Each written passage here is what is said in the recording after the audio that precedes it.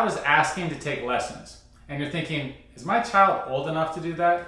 That's the question my parents had too. When I was about 4 years old, I was asking my parents to play the violin. And at the time, they didn't know anyone, and so it was not something where they could ask other parents. But today, in today's world, the internet and all this information becomes a lot more accessible. My suggestion is, when your child has the ability to sit and focus for say 10, 15 minutes, listening to instructions, that's a good time to start thinking about maybe they can take a lesson. So usually what we do with children, whether they're 4, 5, 6, or 7, or however what the age is, we have them come in and meet with the teacher to see if they can sit and focus and take instruction.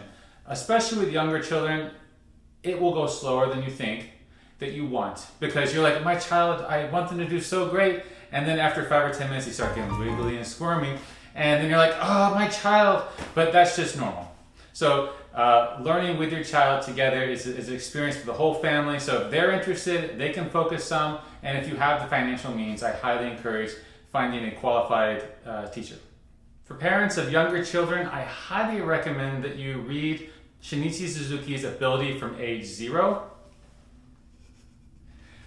I wish I would have read this book as a parent before I started teaching my children. I think there's a lot of great tips and ideas from the founder of the Suzuki method.